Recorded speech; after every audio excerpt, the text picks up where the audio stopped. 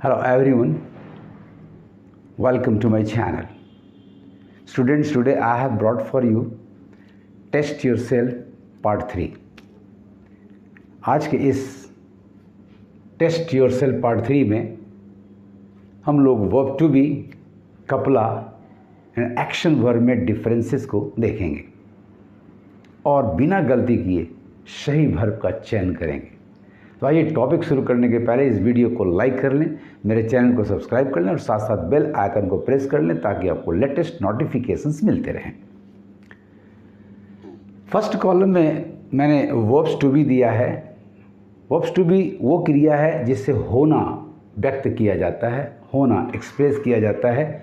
ये वर्ब्स हैं is, am, are, was, were, be, being, been. Is, am, are, was, were, be, being, been. इनके बाद हमेशा complement आता है, एक पूरक आता है।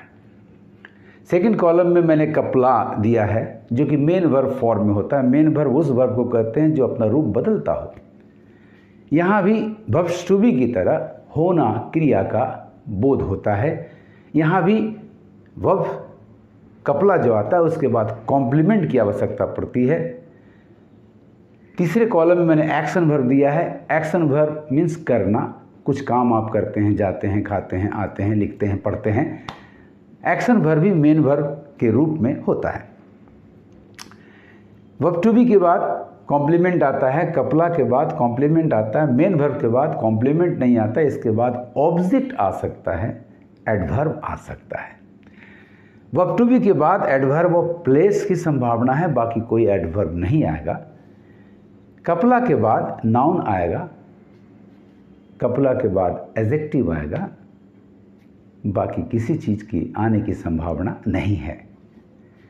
तो कपला और एक्शन वर्ब के बीच के अंतर को समझने के लिए, पकड़ने के लिए याद रखना, कपला के बाद कॉम्प्लीमेंट होगा।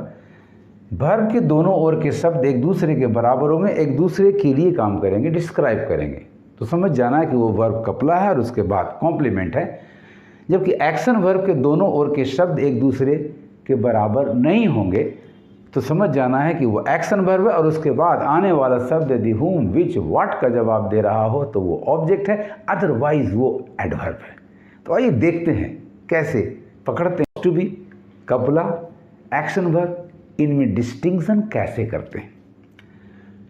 तो कॉलम 1 में फर्स्ट सेंटेंस आपका है सी डैश अ टीचर, यानी शी का टीचर होना व्यक्त कर रहा है। तो राइट वर्ब टू बी आपका हो जाएगा इज।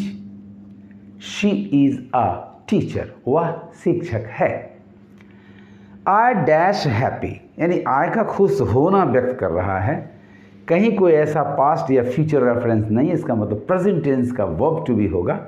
तो आई के साथ एग्रीमेंट होगा एम, आई एम हैप्पी, मैं खुश हूँ।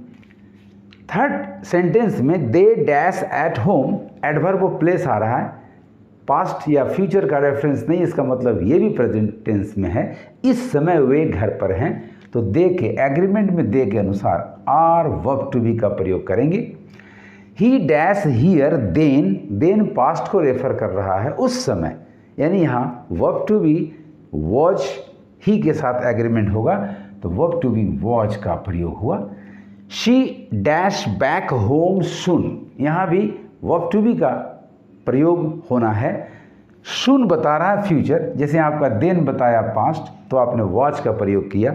सुन बता रहा है फ्यूचर, तो फ्यूचर में वर्ब टू बी आपका विल बी या शैल बी होगा। सी के अनुसार आपका वर्ब टू बी यहाँ विल बी होगा। सो स्टूडेंट्स, बी श्योर कि आपका वर्ब टू बी के बाद हमेशा एक कॉम्प्लीमेंट आना चाहिए। ये सी का कॉम्प्लीमेंट आपका है अ टीचर, आई के लिए हैप्पी, दे के लिए एट होम, ही के लिए हियर, शी के लिए बैक होम। और तब टेंस को भी पकड़ना है, यदि कहीं भी समय का रेफरेंस नहीं हो तो वो प्रेजेंट टेंस होगा। Hence she is a teacher, I am happy, they are at home. Then यहाँ पास्ट को रेफर कर रहा है, ही वॉज हियर, एंड यहाँ सुन फ्यूचर को रेफर कर रहा है, she will be back home soon. Second column के एग्जांपल को देखिए, जहां आपको कपला देखिए, आई हैप्पी, आई कैसा है, हैप्पी, हैप्पी कौन है, आई। शी के पास ये चीज़ होगी, यानी आकार, आकार की मालकिन कौन होगी? शी। यानी दोनों ओर के शब्द एक दूसरे को डिस्क्राइब कर रहे हैं, यानी बराबर हैं, यानी यहाँ कपुला की ज़रूरत है। और हैप्पी, आकार, यंग, एंग्री, ब्लाइंड, ये सारे के सारे कॉम्प्लीमेंट्स हैं। तो आइए आई हैप्पी, हमें एम से भी काम चल जाएगा, बट यहाँ मेन वर्ब लाना है, तो आई feel happy, I feel happy now. She, उसके पास है, पोजीशन है उसके पास, प्रेजेंट टेंस है, कहीं भी पास्ट का रेफरेंस है नहीं है। शी हैज अ कार, उसके पास गाड़ी है। ही हैज के बाद भी3 आता है, ये प्रेजेंट परफेक्ट की ओर इशारा कर रहा है। यंग, यानी ही कैसा हो गया यंग, तो ग्रो कपला का इस्तेमाल करेंगे। He has grown, he has grown young. You angry, then आपका पास्ट बता रहा है, गुस्से में आ जाना। वर्ब का भी इस्तेमाल हम कर सकते हैं, लेकिन हमें कपुला मेन वर्ब चाहिए, so the verb will be got. You got angry then. He blind, अंधा हो जाना बता रहा है, तो इज ब्लाइंड भी कर सकते हैं, लेकिन ऐसी क्रिया हमें मेन वर्ब के रूप में लानी है, और ये हो जाने का मतलब पास्ट की ओर इशारा कर रहा है। Hence the verb will be he went blind या he became blind, he went blind या ही बिकेम ब्लाइंड। आइए थर्ड कॉलम में हम लोग आते हैं। यहाँ देखा कि आई फील हैप्पी नाउ, यहाँ हम उसी वर्ब का इस्तेमाल करेंगे एक्शन वर्ब के रूप में। यहाँ आई और हैप्पी दोनों एक दूसरे के बराबर है, बट यहाँ आई और माई हेड एक दूसरे के बराबर नहीं, यानी एक्शन की ज़रूरत है। तो आई फील माई हेड, मैं अपने सर को स्पर्श करता हूँ। सो फील का मतलब जब महसूस करना हो तो कपला, फील का मतलब यदि टच करना हो, स्पर्श करना हो तो action verb. I feel what, देखिए माई हेड आपका व्हाट का जवाब दे रहा है, तो माई हेड आपका ऑब्जेक्ट हुआ। शी हैज़ अ कार, उसके पास गाड़ी है, रखने का सेंस है।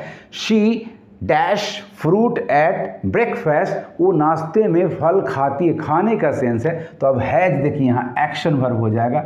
She has breakfast, she has fruit at breakfast, वो नाश्ते में फल खाती है।